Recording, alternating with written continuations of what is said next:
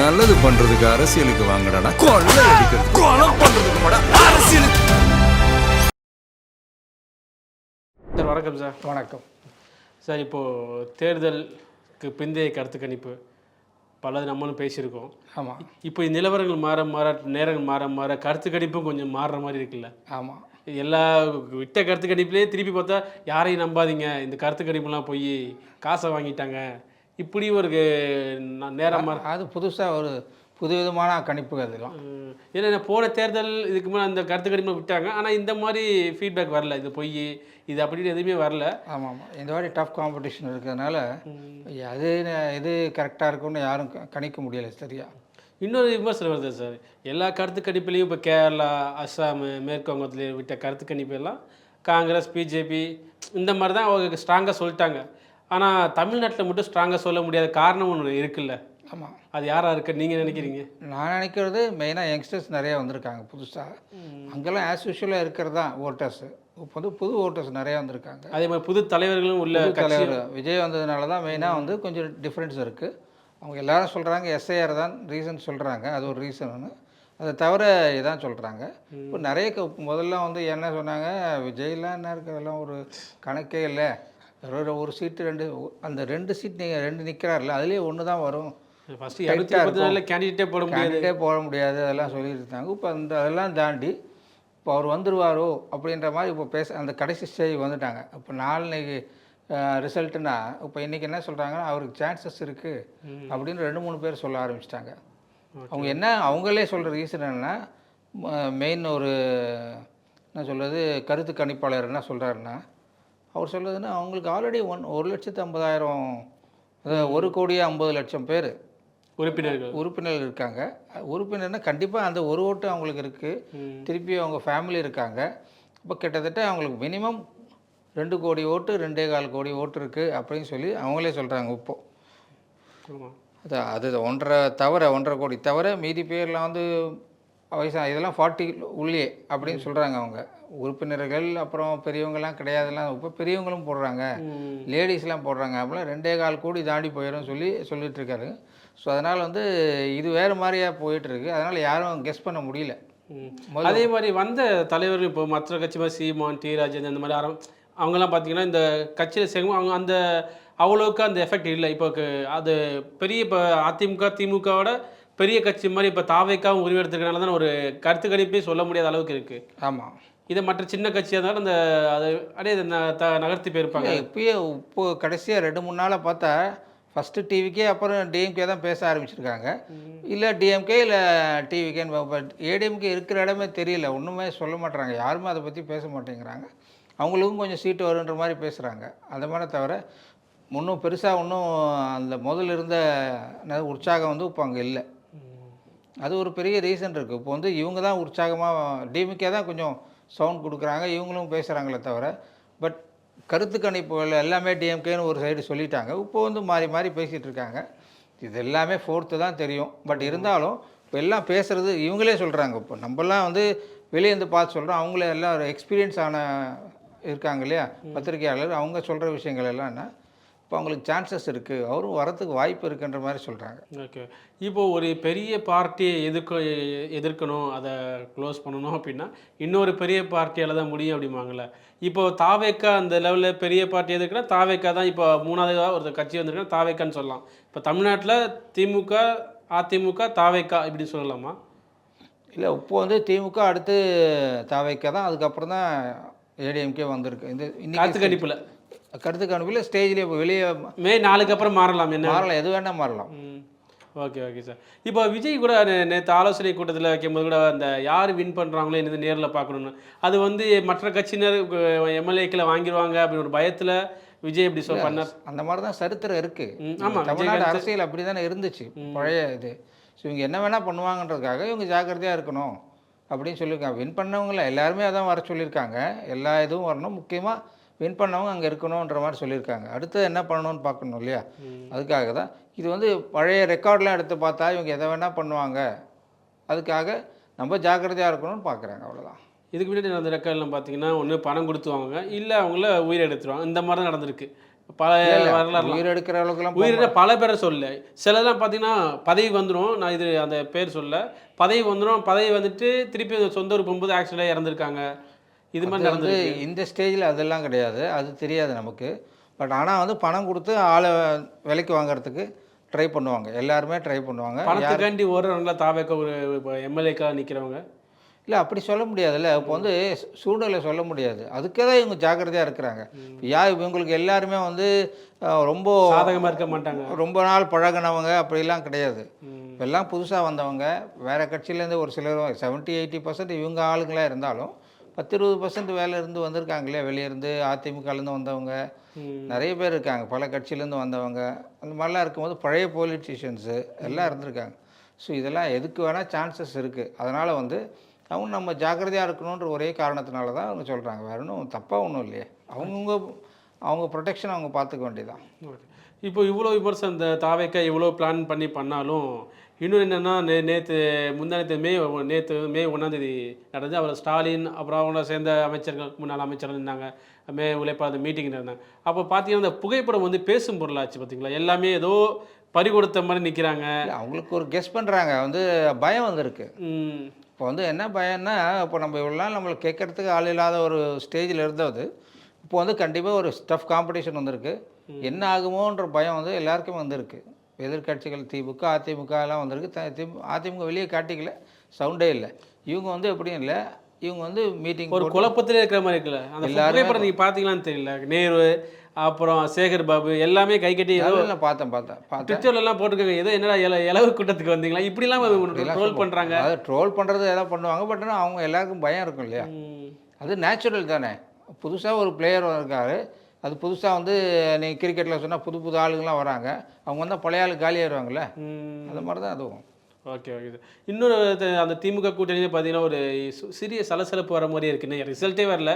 ரிசல்ட்டுக்கு முன்னாடி ஒரு பிரச்சனை இருந்துச்சு, தொகுதி பங்கீட்டில் பிரச்சனை இருந்துச்சு, கடைசி வரல ஜெல் ஆகலைங்க. ஆமாம், இப்போது ரிசல்ட் வரதுக்கு முன்னாடியே கொஞ்சம் ஆரம்பிக்கிற மாதிரி இருக்குல்ல ஆட்சியில் பங்கு அப்படிங்கிறது. அது வேறு வழி இல்லாமல் கட்டாய திருமணம் மாதிரி கட்டாய கூட்டணி ஆகிடுச்சு. ஆமாம், இப்போ வந்து கொஞ்சம் கொஞ்சமாக அவங்க வந்து அவங்க சுயரூபத்தை காட்ட ஆரம்பிச்சிருக்காங்க. ஒவ்வொருத்தரும் அவங்க வேலையை காட்ட ஆரம்பிச்சிட்டாங்க.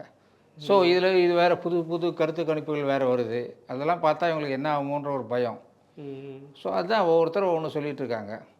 அதில் வந்து ஃபஸ்ட்லேருந்தே நீங்கள் எடுத்தீங்க, காங்கிரஸ் எடுத்திங்கன்னா ஆரம்பத்துலேருந்தே ஒத்து போகாத மாதிரி இருக்குது பிரச்சனை தான். ஆரம்பத்தில் பிரச்சனை சரி, எப்படியோ ஒட்ட வச்சு எல்லாம் பிளாஸ்டர் போட்டு எல்லாம் பண்ணி வச்சா கடைசியில் எலெக்ஷன்லாம் முடிஞ்சு போச்சு, ஓட்டும் போட்டாச்சு. இப்போ சொல்கிறாரு அவர் கிறிஸ் சோடங்கர் சொல்கிறாரு, என்ன சொல்கிறாரு, நாங்கள் ஆட்சியில் பங்கு கேட்போம்னு. ஃபஸ்ட்டு நீங்கள் எலெக்ஷன் ஆகட்டும், சீட்டு வரட்டும், அதுக்கப்புறம் பங்கோ என்னவோ பார்க்கலாம். அது முப்பையே ஆரம்பித்தாச்சு. அதான் இப்போ திமுகக்கு வெற்றியே வந்தாலும் அந்த வெற்றி வந்து இன்பமாக இருக்காதோ அப்படின்ற ஒன்று இருக்குல்ல. இல்லை, அது ஃபஸ்ட்டே அவங்க கொடுத்த பெரும்பான்மையோட வந்துட்டால் பிரச்சனை கிடையாது. பெரும்பான்மையோட வரதுக்கு வாய்ப்பு இல்லைன்னு அவங்க கொடுத்த இதுலேயே இருக்குது. என்னது இப்போ கருத்து கணிப்பிலே யாருமே வந்து 170 180 கொடுக்கல. அதாவது கூட்டணியாக எல்லாமே 110 120 130 தான் கொடுத்துறாங்க. இட் மீன்ஸ் கூட்டணி தான். அந்த தைரியம் தான் இவங்க பேச ஆரம்பிச்சிருக்காங்க. என்னது கூட்டணி ஆட்சினா எங்களுக்கு பங்கு வேணும்னு பேச ஆரம்பிச்சு. எந்த தைரியம்னா இவங்களுக்கு 150 160 வந்தது வரும்னு சொல்லியிருந்தாங்கன்னா கொஞ்சம் அடக்கி வச்சிருப்பாங்க. வர்றதே 110 நம்ம இல்லாதவங்களால முடியாதுன்ற மாதிரி இவங்களுக்கு ஒரு தைரியம் வந்திருக்கு, வேற ஒன்றும் கிடையாது. ஒரு வேளை வந்தாலும் நம்மளுக்கு பங்கு இருக்குது, முதலே போட்டு வச்சிருவோம் சொல்லி சொல்கிறாங்க. ஓகே சார், இது ஒரு விமர்சனங்கள் இருந்தாலும் இப்போ திமுக கூட்டணியில் இந்த 2 நாளாக பார்த்தீங்கன்னா வைகோ ஒன்று பேசியிருக்காரு. வைகோ என்ன சொல்லியிருக்காருன்னா, முக்கியமாக விஜய் நல்ல ஆச்சரியத்தை ஏற்படுத்துவார், நல்லா இருக்குது, இப்போ வந்து அவருக்கு நல்ல பிரகாசமாக இருக்குது எல்லாம் சொல்கிறாரு. இருந்தாலும் அழிக்க முடியாது திமுக அப்படியா. ஆனால் அவருக்கு இளைஞர்கள் அவருக்கு ஆதரவு நிறைய இருக்குது, எல்லாமே இருக்குது. அவங்களுக்கு வந்து நல்லா இருக்குது, நல்லா அவங்களோட பொசிஷன் நல்லா இருக்குது. இருந்தாலும் திமுக தான் வரும்னு சொல்லி தியாகத்தால் வளர்த்த கட்சி அப்படிலாம் சொல்லியிருக்காரு. அதே மாதிரி செங்கோட்டையன் தமிழக வெற்றிகளாம் தியாகத்தால் வளரும் கட்சி அப்படின்ட்டு இருக்காரு. எல்லாம் தியாகம் அந்த வார்த்தை என்னத்தை தியாகம் பண்ணாங்கன்னு தியாகம் பண்ணால் அவங்கள தான் கேட்கணும். நமக்கு தெரியல என்ன தியாகம் பண்ணாங்க, இதுவரையிலும் நான் பார்க்கல. ஆனால் அவர் சொல்லிகிட்டு இருக்காரு ஏதோ பண்ணியிருக்காங்க. பட் என்ன தியாகம் பண்ணாங்கன்னு அவங்களுக்கு தான் தெரியும் நம்மளை விட. பட் பொதுவாகவே நம்ம வந்து திமுக கூட்டணி எடுத்தால் யாருமே கம்ப்ளீட்டாக ஜெல் ஆகலை. ஸோ அது வந்து நிறைய எவிடன்ஸ் இருக்குது. ஃபஸ்ட்டு காங்கிரஸ் பார்த்தாச்சு, காங்கிரஸ் அடுத்து வைகோவும் பார்த்துட்டோம். பிரேமலதா நெக்ஸ்ட்டு. பிரேமலதா என்ன சொல்லியிருக்காங்க, கண்டிப்பாக 4ஆம் தேதிக்கு அப்புறம் கதை தெரியும். ஆட்சியில் பங்கு 4ஆம் தேதிக்கு அப்புறம் தெரியும். அப்போ தான் தெரியுன்றாங்க. ஏன்னா அவங்க அதே எக்ஸ்பெக்ட் பண்ணிட்டு இருக்காங்க. திமுக சார் இன்னும் கேள்வி, திமுக வந்து தேமுதிக 10 சீட்டு கொடுத்ததே பெருசு, இப்போ எப்படி உங்களாம் ஆட்சியில் பங்கு கேட்கலான்னு ஒன்று இருக்குல்ல? ஏன் கேட்கக்கூடாது சார்? திருமாவளவனுக்கு கொடுக்காத 10 சீட்டு உங்களுக்கு கொடுத்துருக்காங்களா? இல்லை அவரும் கேட்பாரு, எல்லாம் கேட்பாங்க. ஏன்னா வந்து யாருக்கு அப்சல்யூட் மெஜாரிட்டி வரலன்னா இவங்க தான் கிங்கு. இப்போது 110 தான் வருது எல்லாரும் கலந்துன்னா என்ன பண்ணுறது? 115 தான் வருது, 120 தான் வருதுன்னா இப்போ இவங்க சொல்கிறது தான் கேட்டாகணும். அதை தான் எக்ஸ்பெக்ட் பண்ணிகிட்ருக்காங்க. ஃபேமிலியாக 2 சீட்டு இல்லை 3 சீட்டு வந்தாலும் எனக்கு 3 மினிஸ்டர் வேணும்னு கேட்பாங்க இல்லையா? ஆமாம், அப்படி தான் இருக்குது அவங்க சொல்லிச்சு. ஸோ அவங்க வேலையை கரெக்டாக பண்ணிட்டாங்க. அடுத்து யார்? திருமாவளவன் வீடியோ அவர் தான் சொல்லிட்டு அவர் வீடியோ போட்டு பெருசாக ஒரு கிட்டத்தட்ட ஒரு 1/2 மணி நேரம் லெக்சர் விட்டுருக்காரு. ஆமாம், அதில் முக்கியமாக என்ன சொல்கிறாருன்னா, என்ன சீட்டு வருது எப்படி வருதெல்லாம் அந்த கதையெல்லாம் இல்லை. அப்புறம் எங்கள் ஆளுங்களே ஒழுங்காக வேலை செய்யலை. யாருமே எங்கள் கூட ஜெல்லா இல்லாமல் எல்லாம் ஜெல்லாவில் பிரச்சாரத்தில் பாதி வேலையை செய்யலை. அவரே ஒத்துக்கிட்டு இருக்காரு. அப்போது அங்கே அது ஒன்று அவுட்டு. ஸோ அவங்களே டிக்ளேர் பண்ணுறாங்க எங்கள் கூட்டணியிலே ஒத்துமை இல்லைன்ற சொல்கிறது அவங்க வாயிலேருந்தே சொல்ல. இன்னொரு இதாக பார்க்கலாமா, அவங்க கூட்டணி கட்சியில் விசிகா கட்சியினரை வந்து பாதி பேர் திமுகவுக்கு அழைக்கிற மாதிரிலாம் பேச்சுக்கள் வருதுல்ல? ஆமாம், அது வந்து ஜென்ரலாக எல்லா இதுலேயும் நடக்கும். அவங்க கூட்டணிக்குள்ளேயே இருக்கிற அங்கே இருக்க கட்சி ஒன்றுமே இல்லை, ஒரே ஒரு எம்எல்ஏ வந்துருந்தான்னு வச்சுக்க, நீ அங்கே இருக்கிற தனியாக வேணாம் நம்மகிட்ட வந்துடுன்னு சொல்லி கூப்பிடாதான் செய்வான். இது எல்லாமே நடக்கக்கூடிய விஷயந்தான். புரியுதுங்களா? அதெல்லாம் முக்கியம் இல்லை. அவர் என்ன சொல்கிறாரு, முதல்ல ஃபஸ்ட்டு எங்களுக்குள்ளே ஒத்துமையே இல்லை, எங்கள் ஆளுங்க வந்து அவங்களுக்கு ஒத்துழைக்கலை, நல்லா அவங்களுக்கு ஹெல்ப் பண்ணலை, அதாவது எல்லோரும் கலந்து வேலை செய்யலை, அதே போல் வந்து வேறு கூட்டணி கட்சிகளும் நம்ம ஆளுங்க போய் செய்யலை அப்படின்னு இவரே வந்து ஸ்டேட்மெண்ட் விட்டார். அதே மாதிரி திமுக எதிர்ப்போட்டுகள் வந்து விஜயும் சீமானும் இந்த மாதிரி கட்சிகள் வந்து எடுக்கும், ஆனாலும் நாங்கள் வெற்றி பெறுவோம், ஆனாலும் நம்ம ஸ்ட்ராங்காக இருக்கிறோம் அப்படின்னு சொல்லி. ஆனால் கூட்டணி பற்றி அவர் ஒன்றும் சொல்லலை. அதாவது கூட்டணி ஆட்சி அப்புறம் சொல்லுவார். ஏன்னா இவர் தான் ஆரம்பத்தில் பேசினவர், எல்லாத்துக்கும் முன்னாடி இவர் தான் ஆட்சியில் பங்கு வேணும். அவருக்கே டவுட் இப்போ எவ்வளோ வரும் வர முடியாது என்ன தெரில, தேவையில்லாமல் நம்ம எதாவது பேசி அப்புறம் ஒன்றுமே வரலண்ணா, அப்புறம் ஒன்றுமே வரல உனக்கு எந்த கூட்டணின்னு பேசுகிறேன்னு கேட்டுருக்கூடாதுல்ல. அதனால் அவங்க தெளிவாக வந்து அவர் அதை பற்றி பேசலை. இவங்க அதை பற்றிலாம் கவலை இல்லை. பிரேமலதாவுக்கும் மீதி பேருக்கலாம் கூட்டணி தான். காங்கிரஸுக்கு எவ்வளோ வரும்னே தெரியாது இப்போதைக்கு, ஆனால் அவங்க கூட்டணி தான் வேணும். கூட்டணி ஆட்சியில் பங்கு கண்டிப்பாக வேணும். கண்டிப்பாக. ஆமாம், 4ஆம் தேதிக்கு அப்புறம் ஏதோ பிரச்சனை இருக்குன்னு அவங்களே சொல்லிட்டாங்க. அதெல்லாம் கரெக்டாக டேட்டு குறிச்சிடுறாங்க. அது தவிர இவங்க சிபிஎம் அவங்க பாலகிருஷ்ணன் அவங்க என்ன சார் சொல்லியிருக்காங்க? அவங்களும் இதே தான் சொல்லியிருக்காங்க ஆட்சியில். அதாவது இவங்க வந்து முதல்லேருந்தே எங்களுக்கு சரி நாங்கள் கேட்ட மாதிரி சீட் கொடுக்கல, எங்களுக்கு ஒத்துழைப்பு கொடுக்கல, யார் எங்களுக்கு சரியான மரியாதை கொடுக்கல திமுக. அப்போ அவங்களும் அவங்க வேலையை ஆரம்பிச்சிட்டாங்க. அதாவது இவங்களாம் வந்து கூட்டணியை வந்து இதெல்லாம் இருக்குது, எல்லாம் நாங்கள் 27 கட்சி கூட்டணி அந்த கூட்டணி எல்லாம் சொல்லிவிட்டு கடைசியில் இப்போ எல்லோரும் ஒவ்வொன்றும் சொல்ல ஆரம்பிச்சிட்டாங்க. இதுலேருந்து என்ன சொல்லி தெரியுது, அவங்களோட தோல்வி அவங்களே ஒத்துக்கிறாங்க. ஆனால் 4ஆம் தேதிக்கு அப்புறம் திமுக வெற்றி பெற்றால் பெரும் அங்கே ஒரு பெரும் பரபரப்பான செய்திகள் காத்து. அவங்களோட கருத்து கணிப்புகள் யார் யார் பண்ணியிருக்காங்களோ அவங்க சார்பில் யாரோ எல்லாமே அப்சல்யூட் மெஜாரிட்டின்றது கிடையாது, இவங்களோட சேர்ந்து தான் வந்திருக்கு. அதனால் இவங்களுக்கு எல்லாருக்குமே தைரியம் வந்திருக்கு. எப்படி இருந்தாலும் திமுக தனித்து, அதாவது 117 அவங்களுக்கு திமுக வராது, நம்ம தயவு இல்லாமல் வராதுன்றது இவங்க எல்லாருக்கும் தெரிஞ்சு போச்சு. ஸோ கண்டிப்பாக இவங்க அப்புறம் வேலையை காட்டலான்னு வெயிட் பண்ணிகிட்ருக்காங்க. Okay okay sir. அடுத்தது வந்து அண்ணாமலை அவர்களோட நடவடிக்கை. அவரும் நல்லா சொல்லியிருக்காரு. அவர் என்ன சொல்லியிருக்காருன்னா, விஜய்க்கு அமோகமான ஆதரவு இருக்குது, இளைஞர்கள் மத்தியில் எழுச்சி இருக்குது, அதனால் வந்து அப்படி சொல்கிறாரு.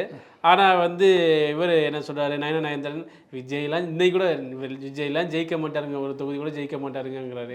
அவர் சொல்கிறார் பாஜக 2 கருத்துக்கும் முரண்படுது இல்லை, அதுக்குள்ள ஒன்று அவங்களுக்குள்ளேயே நிறைய ஒத்துமை இருக்கிறது இது காட்டுது, வேற ஒன்றும் இல்லை. அதில் ஒரு அண்ணாமலை என்ன சொல்லியிருக்காரு, இளைஞர்கிட்ட எழுச்சி இருக்குது, விஜய் வந்ததுனால தான் நிறைய பேர் இளைஞர்கள் வந்து ஓட்டு போட்டுருக்காங்க. ஸோ இளைஞர்கள் மத்தியில் மக்கள் மத்தியில் விஜய்க்கு நல்ல பேர் இருக்குது, இவர் பிற்காலத்தையும் அதை காப்பாற்றிக்கணும், நல்ல அட்வைஸ்லாம் கொடுத்துருக்காரு.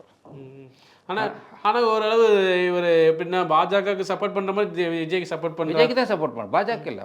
அவர் பாஜக கொஞ்சம் முரண், அவர் கருத்து வேறுபாடு அவருக்கு இருக்குல்ல, கொஞ்சம் தெரியல, அது நமக்கு தெரியல. கிடைக்காது. இன்னைக்கு பேசின அந்த பேச்சு வந்து எப்படின்னா விஜய்க்கு சப்போர்ட் பண்ணி தான் பேசியிருக்காரு. ஓகே. அதே மாதிரி விஜய்க்கு சப்போர்ட் பண்ண இன்னொருத்தர் இருக்கார், இளையராஜா. அவர் வந்து பாட்டு போட்டே காட்டிட்டார். அவர் வந்து எப்படின்னா அவர் பாட்டிலேயே எல்லாம் கிளியராக சொல்லிட்டார். ஆமாம், அது ஒரு எலெக்ஷன் பாட்டு மாதிரியே அந்த ஜெயிச்சதுக்கு அப்புறம் என்ன நடக்குமோ அது மாதிரியே நடந்திருக்கு. அதெல்லாம் சொல்லியிருக்காரு.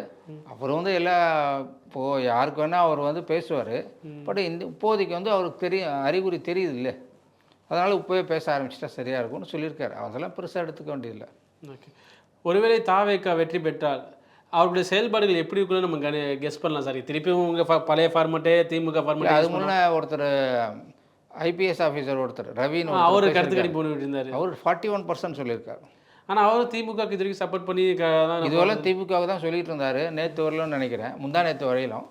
நேற்றுலேருந்து தாவேக்காவுக்கு சொல்கிறார் 41% வந்துடும்ன்றார். 41% கணக்கு எடுத்தால் குறைஞ்சபட்சம் 162. ஆனால் அவர் ஆமாம் ஓய்வு பெற்ற காவலர்களை வைத்து கணக்கெடுத்து தான் சொன்னார். ஸ்டாட்டிஸ்டிக்லாம் எடுத்து நிறைய பேர்கிட்ட பேசி இப்போ திடீர்னு இவ்வளோ நாள் தெரியாது, நேற்று தான் தெரிஞ்சிருக்கு. 160லேருந்து 170 41%னாலே 160க்கு மேலே தான். ஆமாம்.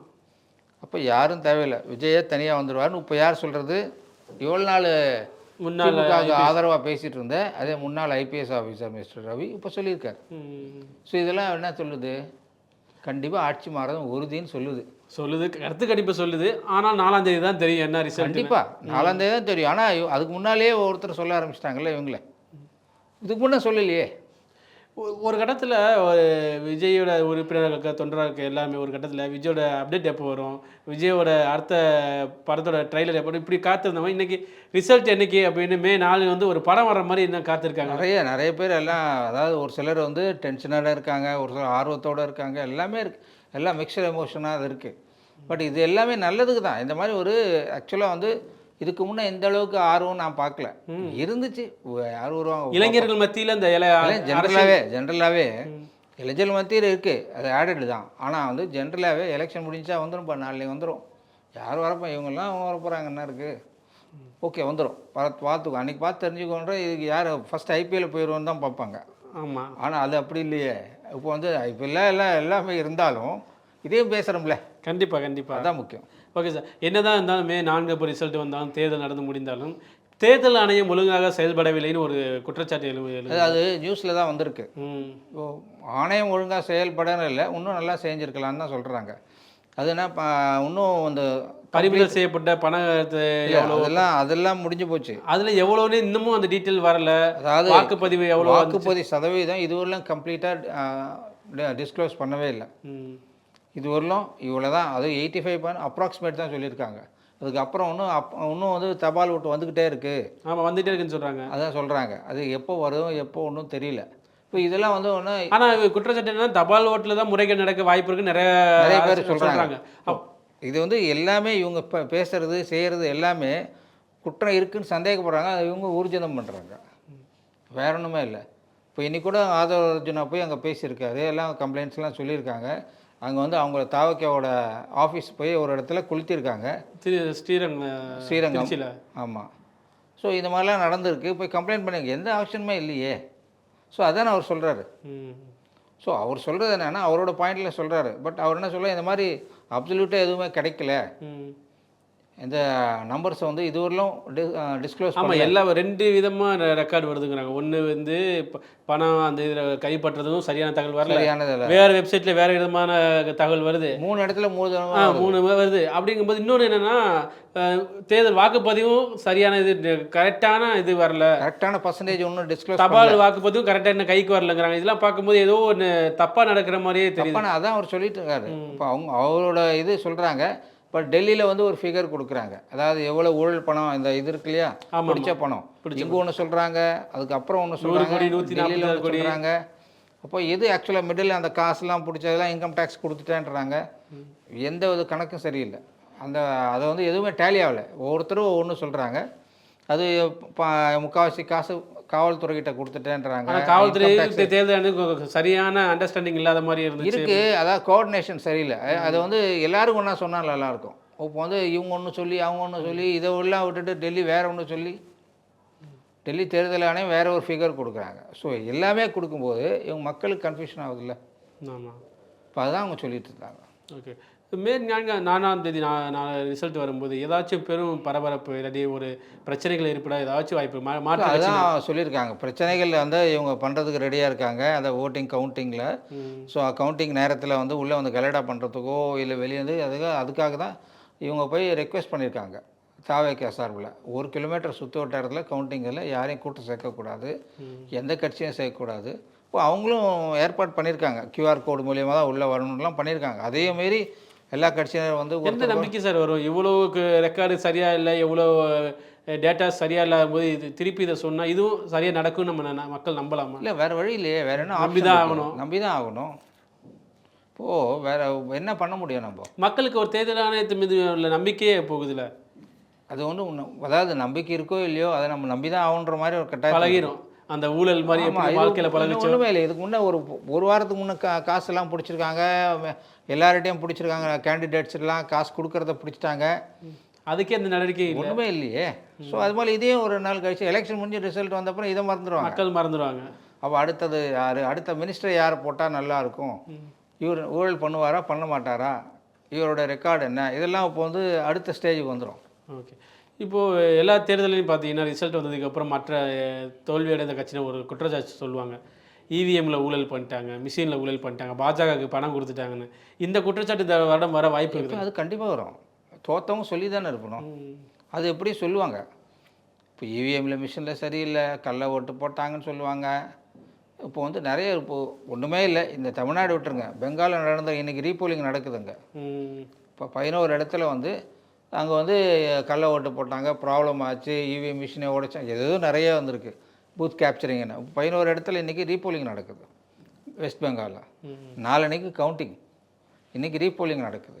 ஏன் இந்த பிரச்சனை குற்றச்சாட்டு வரக்கூடாதுங்கிறதுக்காண்டி? இல்லை, கரெக்டாக நடந்திருக்கு. ஆமாம் நடந்திருக்கு, எவிடன்ஸ் இருக்குது. வேறு வழியிலாக ரீபோலிங் பண்ணியிருக்காங்க. இவங்க வந்து கையங்காலமாக காசுக்கு பிடிச்சிருக்காங்க. ஆனால் எந்த விதமான ஆக்ஷனும் இல்லை.